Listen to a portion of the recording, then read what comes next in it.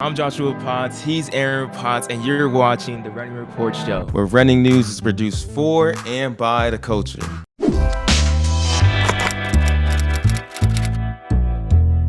Let's get into this great week here on March 2nd, 2022. Last week was crazy, Aaron. We had NCAA Conference Weekend. We had U.S. Indoor Championships. And then with all that greatness that we had, even from the BU last chance, bro, some great times. We got to talk about all the great things that have been happening in 2022 because it's been a crazy year. And this is our first Running Report show of the new year. We started a little late, but we get into it. Also, this coming up week, we got the 10. We're going to be out there on the sideline doing the interviews, everything like that. But before we get there, we gotta give some analysis on the races and everything going on. Also, we got our Bell Lab question, which is always really fun. And Tyreke Hill, Trayvon Bromell, even a little bit of Usain Bolt's in this news, bro. It's crazy out there, bro. Let's get into it, man. You ready? I'm ready, man. It's only March, but it's March 1st actually. So it's popping though. It's popping in the track world, so I'm definitely ready to get into this. Come on, guys. We got 4 topics, 4 questions, and 4 laps to go. Let's get into it. 4 laps to go. Let's get right into it. Let's jump in. U.S. Indoor Championships just happened. Christian Coleman came out, and he came back from suspension, getting his first U.S. title from the suspension, 6'4", world lead in the 60. But that's not all that happened at U.S. Indoors. Basically, people were collecting titles from Vashti Cunningham, getting their 6th U.S. Indoor high jump title, Ajay Wilson getting her 8th indoor title, Cole Hawker getting his 3rd U.S. title ever, Grant Holloway getting his 1st indoor title, surprisingly, because he hasn't lost an indoor 60 race in 6 years. But bro, Aaron, NCAA Conference Weekend, I don't know, was it a little bit better? We had Aaliyah Armstrong from LSU running number 10 all time in the 60, and she's a 60-meter hurdler. She's number 3 in the world right now. Brandon Miller running 145.2, number 3 in NCAA history, number 2 in the world right now. And Abby Steiner running number 2 all time in the 200 indoors with a 22.09. This girl from Kentucky has been killing the game. I don't know, man. I just gotta ask you, bro. What was more exciting, U.S. Indoors or NCAA Conference Weekend? Like, bro, is it a toss-up? By the way, you just hyped up that second half of the NCAA. Abby Steiner, number 2 all time indoor, bro. Number 2. 145 for Brandon Miller. That was faster than Bryce Hoppel when he got the win at NCAA's, bro. Now, no shade at him, but these young guns, Aaliyah Armstrong. She in the 60, bro. She's a hurdler. To be top 10 all time, she might be someone that's gonna break out this year. So like, although I enjoy watching USA's, it was dope seeing the return of Christian Coleman get his win. I always love seeing Ajay Wilson, get W's. Vashti Cunningham, best dressed in the game, beast, fashionista, style icon. You know what I'm saying? And all respect to them, but everything that happened, Cole, I got love for Cole too, but everything that happened is like what I expected to happen on the USA side. And then you got people like Cole Hawker who's like, I ain't even gonna do indoors. We don't got Bromell in there, but in the college NCAA side, you got heat. Just go watch the SEC championship, and low key, I gotta say, I think it was a little more exciting. You do say that, and I see where you're coming from. Brandon Miller's 145, bro. I'm really happy you had Brandon Miller on the Two Black Runners podcast. A great interview. Shout out. I'm happy for the dude. I'm happy for NCAA's number 2 all time for Abby Steiner. I'm really happy for her. Like, bro, I really thought she was going to be a player coming into the Olympics, and I think she wanted to do that at last year in outdoors, but injuries just got the best of her. But like, come on, bro, it's U.S. Indoors. Like, I realize that some people they dropping out, but like, it's still a big deal. And to get a U.S. title, especially for someone like Josette Norris, bro, and Jessica Beard, making these world teams, you know what I mean? And they don't really do it. This is Jessica Beard's first time making like an individual team in the 400. She's been on like 6 other 4x4 teams for the world, but like, I don't know, those breakout moments, especially for someone like Heather McLean getting her first U.S. title and Josette Norris running down Ella Purrier as well. That was a big moment for me. That was exciting. Made me feeling that made me hype for USA's and everything like that. But NCAA Conference Weekend was cool too. But I don't know, there was so much, even though there weren't all the stars at the meet, there were a lot of still stars at U.S. Indoors for me. There's definitely some good moments. Olivia Baker as well, making it in the 800 was dope to see. It's great to see Marvin Bracey in the 60. getting on the team. So it's always good to see those other people, you know what I mean, accomplish some things too. So I'll give it that. With 3 laps to go, we gotta talk about Josh Kerr breaking that British indoor national record, number 3 all time in the event as well, in a 3:48. Super exciting, and that's one of the biggest performances in 22 so far. This is our first running report show, so I think we have to have this debate. Aaron, what is the biggest performance of 2022 so far in the running scene, on the field, in the roads, in the track? I don't know, bro. What's the biggest performance?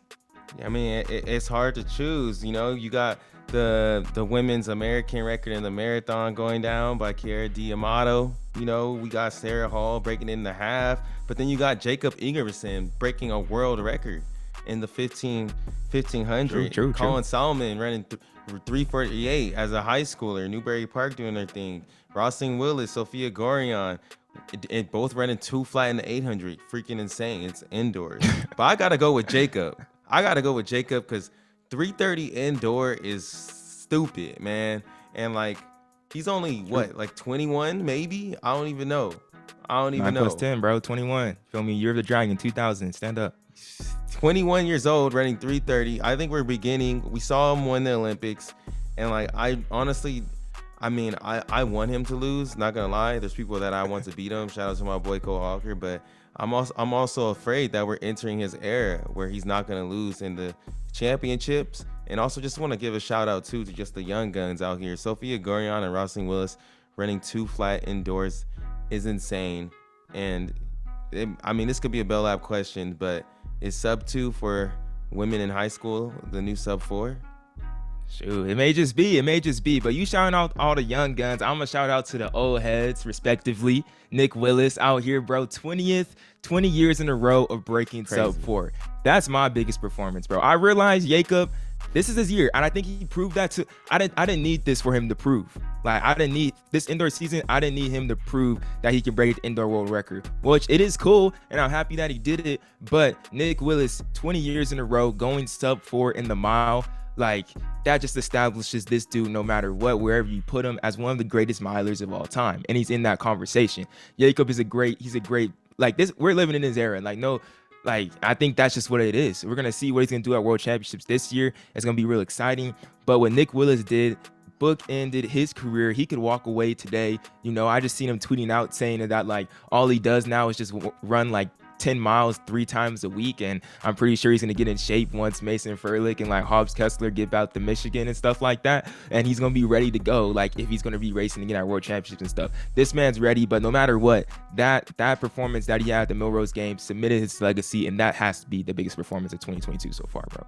Dang, you showing our boy Willis love, man. You showing my boy Nick Willis some love. But he really is a legend. I always relate him to Bernard Lagat. How are you running this fast for this long? This guy was in the Olympic final last year. Insane. So let's see what he's gonna do.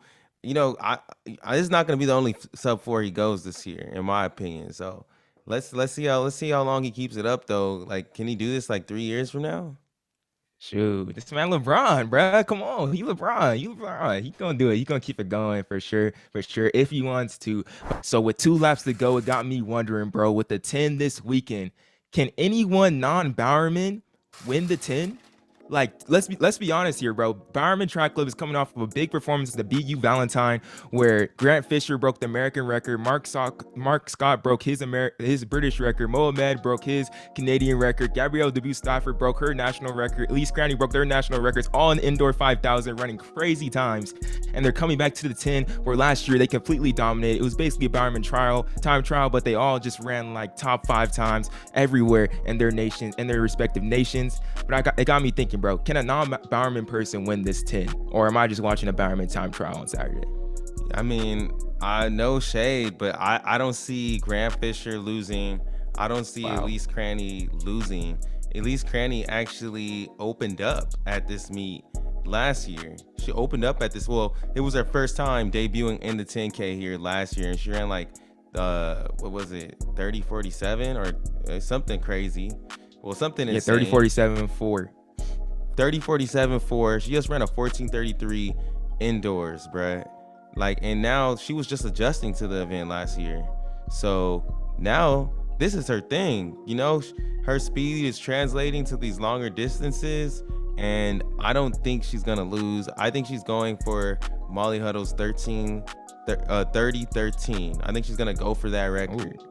That's all I'm saying, bruh. Okay, let me say something about the women's real quick, and I want people to take this back when they watched the 10 with their friends and they got their group chats and everything. Because to be honest, on the women's side, it looks like a Bowerman woman is going to win this. Like on the women's side, it's going to be hard to beat Elise Cranny. And I feel like, for one, we could go into that conversation of like, it's a lot of pressure on Cranny, but I think she'll definitely meet up to that challenge.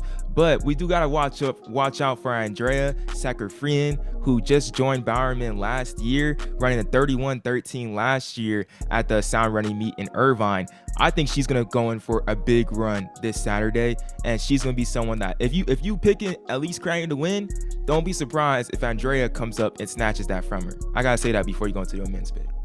I just want to say too, though, and also shout out Emma Bates. We know she got second at the Chicago, ran 2:24. So we saw what Emily Sisson did when she stepped down and she just destroyed everybody in the track last year. I think she was at this meet last year too, I believe. But she was at the Irvine one. She was at the Irvine one. So like, I want to see, you know, what Emma Bates is gonna do, and because I think this race is gonna be fast, you know, and she's got strength, so she's a marathoner. So let's see how she holds on. Then on the men's side, yes, like Grant Fisher, 12:53 indoors. His teammates all right behind him. I think this is, again, like at the Olympics. What did he get? Like sixth place in the fifth place. Fifth place in the 5, right? Am I wrong? Or yeah, he got fifth place in the 5. Like, and I think that was huge. You know what I'm saying? Like, that was telling of like, this man is what, 22, 23? Young man again. He's adjusted to the Bowerman training. He's been on the team for about what, 2 years, 3 years now, and now he's seeing the fruits of his labor. And I think, I don't know if he gets the American record, 26:44. That's moving. We'll see. But I think they're going for records. You know, they're trying to get a payday. I believe that. They're definitely trying to break 27. Mohamed has already went under 27. His PR is 26:59. Lopez is coming into this after hasn't raced in a good, hasn't had like was injured a lot last year coming in. His PR is 27:07. But a person that we skipped over that isn't with Bowerman, that you didn't talk about, and I'm gonna bring up right now, Shadrach Kipchirchir. Watch out, bro. This is the dude that is gonna slay the Bowerman Dragon this weekend. He's just coming off that USATF cross country win that he had in December. I think he's on a mission. He ran 13:10 at BU. It's not under 13, but I'm like, this dude is a 10K guy. Let's realize that. This is his event. This is his bread and butter. Like, if he's ready to go, and if he's ready to go under that 27-minute barrier, I think that he's gonna have some trouble. Bowerman's gonna have a trouble with him. And also as well, I have to bring up that Emmanuel Board trains with him in that group, and Emmanuel Board was impressive at the 3,000 indoor last week at the USA's, finishing second place behind Cole Hawker, and he ran 13 minutes at BU. So I just feel like Shadrach may be in that right space and gonna be that person to dethrone, slay that Bowerman Dragon. But I also can't forget Patrick Tiernan and Sam Atkin as well. But like you said, it's gonna be hard, bro. They are trying to break 27 for sure. 20, they trying to shatter that thing. That's something that was spicy, bro. Something that was real spicy for the past 2 weeks with our bell lap question. 1 lap to go, then we'll get you out of here. Aaron, keep this brief, bro. We don't want to turn this into a full podcast. But over here, you guys all know by now, Tyreke Hill calling out everybody on Twitter to a race, and I got Trayvon Bromell chirping saying, I got 10K right now in the 60, winner take home a dub. That kind of just led to Trayvon Bromell saying, I can be anywhere, anytime at the track. New Balance will build me a track, build me a cleats and everything. But the main thing is that Trayvon Bromell is trying to do a 4x1 now. Trayvon Bromell, Tiana Daniels, Marvin Bracey, and sha'carri Richardson versus 4 NFL guys. Citius Mag actually did a post and tagged like Tyreke Hill, Michael Parsons, Terrell Owens, and Chad Ochocinco. And Chad Ochocinco and Terrell Owens are all about it. They're all about it. So this 4x1 may be happening soon. But I gotta ask you, Aaron, and like I said before, keep it brief. We running long now. Is there a place for what if races in track and field? Is there a place for this? Like, when is this gonna happen? At Penn Relays? I think there is a place for at Penn Relays. Penn Relays isn't the place. You know, that's the thing. What if races? You know, like that's the thing. Where is the place for them? Like DK Metcalf, like you know how I feel about him racing in that race. Like it's like, bro, like people are hyped off you get in last place. Oh my bad, second to last place in the prelim. Dang, bro, why you doing like that? People hyped off that, and it's like, yo, that could have been. I mean, that could have been somebody else in that lane. So I don't think that was the correct place for that. But I do think there's a place for that. I think, you know, at the All-Star game, we get, you know, for basketball, you get Steph Curry and LeBron James on the team, you know, versus versus like Giannis and like Joel Embiid. Like, you know, that's a what if. That's a what if scenario. But you see how it's done and fun. So I think we can create these scenarios and still have them be more competitive though than an All-Star game. We don't have to always be against like a football player. Like you'd be like Grant versus Ry Benjamin in that 200 meter race. I think there is a place, but a lot of the times in the track world, we do this stuff in the wrong places, and like all we get from it is a highlight of a football player getting second to last in a prelim on ESPN. Nobody remembers Trayvon. Like, so we got to do it right. Let me be the director, and we can do it. Hey, give it the running report. Give it the running report, and we'll give you this fire content. Come on now. Make it happen, bro. But we thank you guys so much for joining us. First edition of the Running Report show on the Fan Hub with Athletic Biz, bro. An honor to be on here. We appreciate all of you guys. Come on, bro. Follow us on Running Report. Follow Mr. Possible. Follow Super Hot Pots. All that. Listen to us on the Two Black Runners Man, that thing just fell down. Listen to us on the Two Black Runners podcast if you appreciate all our craziness and everything like that, bro. But we'll see y'all next week on the Running Report show. Let's get it. Peace.